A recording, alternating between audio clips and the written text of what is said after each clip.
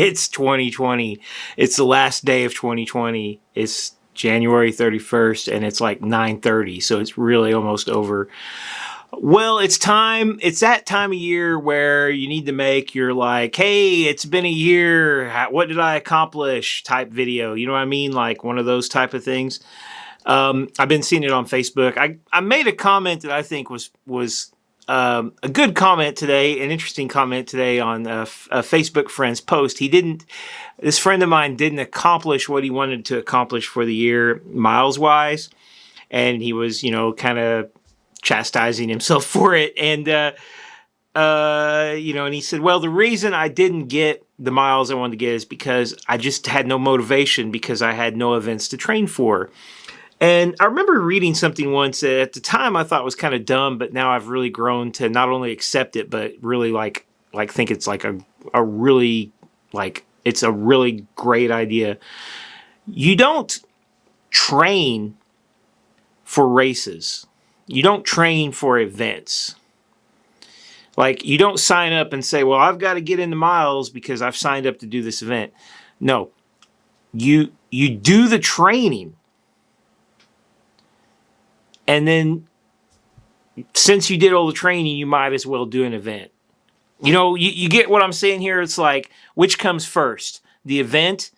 I signed up for the event, so now I've got to train for it. Or I did the training, so now I better find an event. See what I mean? It's just a totally different way to look at it, but I think it makes a lot of sense because these events are stupid. I mean, nobody gives a crap about your 5K medal. Nobody cares about my... Nobody cares about my bike race medal except for me. It's totally meaningless. But at the same time, if you do the training, I ride because I want to ride. I put in the miles, I put in the time because that's what I want to do. If there's no events, then I just have more time for training and less entry fees. And I think it's a great thing.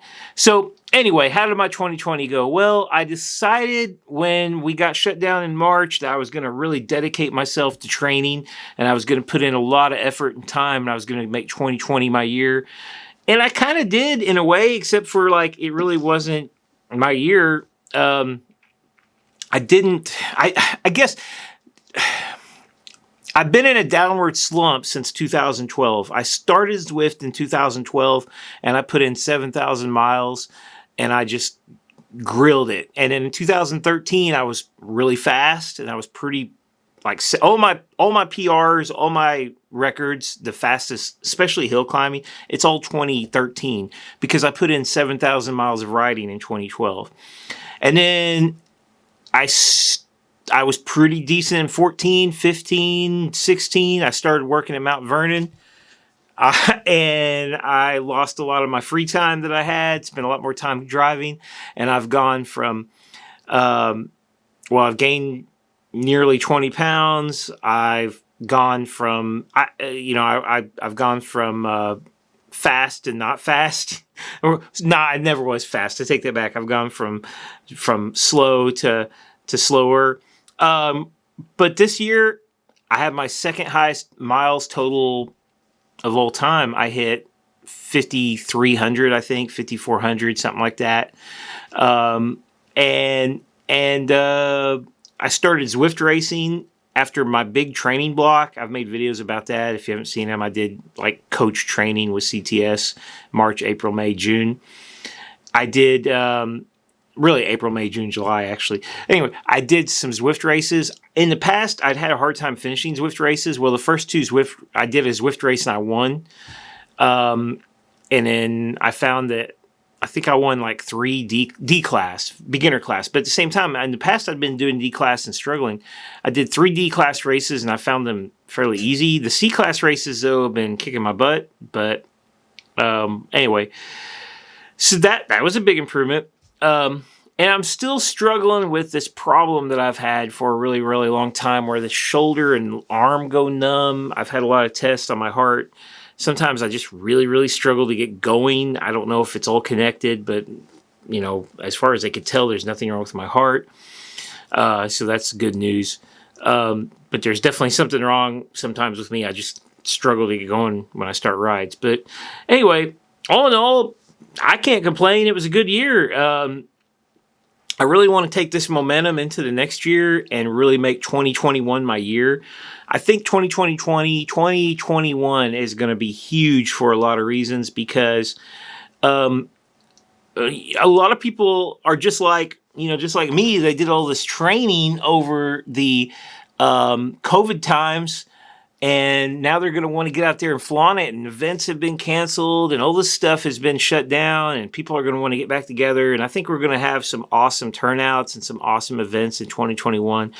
People are going to get out there and do group rides and races and all the other stuff and big charity rides. I think 2021 is going to be a big year for that, because fingers crossed, COVID will not probably be an issue by hopefully April and May, and we get going in April and May. And I want to be ready to rock. I mean, I want to be like 20 pounds lighter. I want to be ready to kill it in May, and hopefully I will be. So, you know what? I'm psyched for the future. And while 2020 sucked, for me, maybe it is what I needed. A lot of extra time to like recenter and, get going again. So anyway, guys, I hope to see you on the road, and I hope to see you at all those events. But remember, you train first. Do the event if you want. Later.